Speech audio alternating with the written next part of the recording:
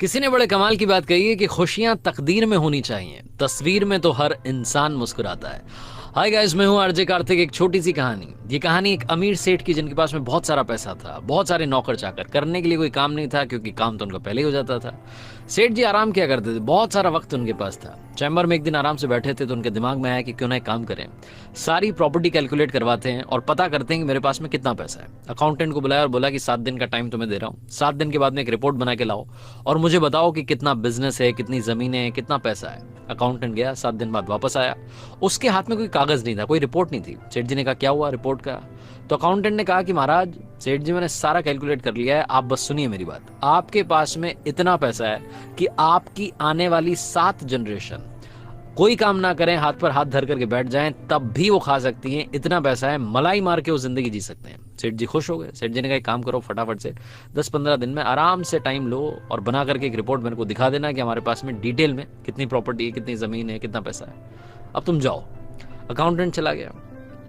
जैसे ही वो चैम्बर से बाहर गया, सेठ जी के दिमाग में दूसरा सवाल आया। सेठ जी सोचने लगे कि 7 जनरेशन का पैसा तो हमारे पास में है, ये तो अकाउंटेंट ने बता दिया, लेकिन 8वीं जनरेशन का क्या होगा, 8वीं पीढ़ी का क्या होगा? वो जो 99 का फेर होता है, वो सेठ जी के दिमाग में घूमने लग गया। सेठ जी घर गए तो मन नहीं लग रहा था। पोतों के साथ में पहले खेलते थे, उस दिन खेलना पसंद नहीं आ रहा था। सेठानी जी से बात नहीं कर रहे थे। सेठानी जी ने पूछने की कोशिश की लेकिन बता नहीं रहे थे। सोच रहे थे मन ही मन की क्या करूं, सेठानी को बताऊंगा तो सेठानी सोचेगी कि पागल हो गए, 7 जनरेशन का पैसा है, 8वीं की चिंता कर रहे हैं। लेकिन सेठ जी के दिमाग में ना चाहते हुए भी वो सवाल बार बार गूंजने लगा।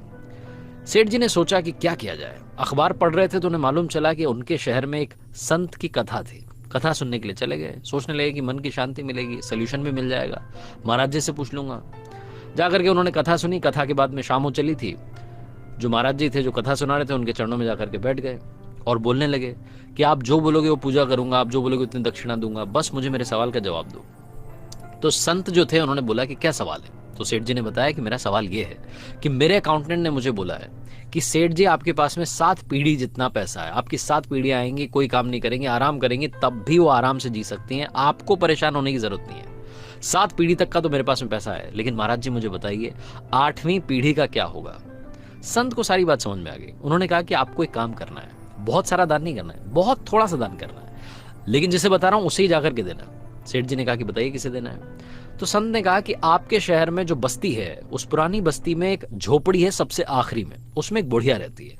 उन बुढ़ी अम्मा के पास में ज्यादा पैसा नहीं है, कपड़े नहीं है, खाने के लिए आटा नहीं है, बड़ी परेशान रहती हैं। उनको जाकर के आधा किलो आटा दान कर दो, बस इतना सा काम करो, आपकी जिंदगी में कृपा आने लगेगी।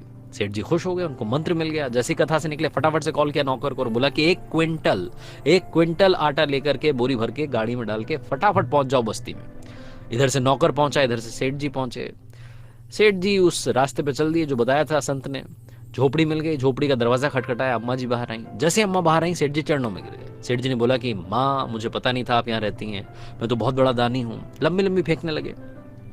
अम्मा वो बात समझ में आ गई। सेठ जी ने कहा कि अम्मा, आपके लिए 1 क्विंटल आटा लेकर के आया हूँ, आप इसे स्वीकार कर लीजिए। अम्मा ने मना कर दिया कि क्या करूंगी बेटा, मैंने तो आज खाना खा लिया है, अब मुझे भूख नहीं है।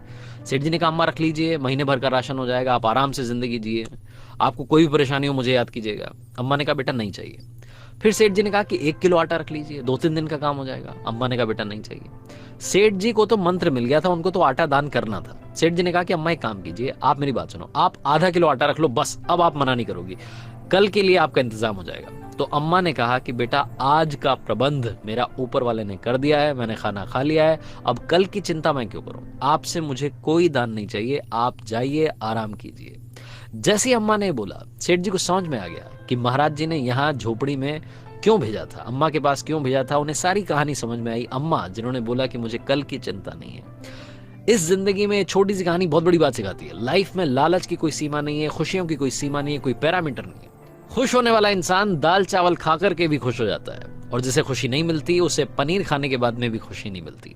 छोटी सी कहानी लाइफ में बहुत बड़ी बात सिखाती है। सेटिस्फैक्शन के साथ, हौसले के साथ, सामर्थ्य के साथ कर दिखाओ कुछ ऐसा कि दुनिया करना चाहे आपके जैसा।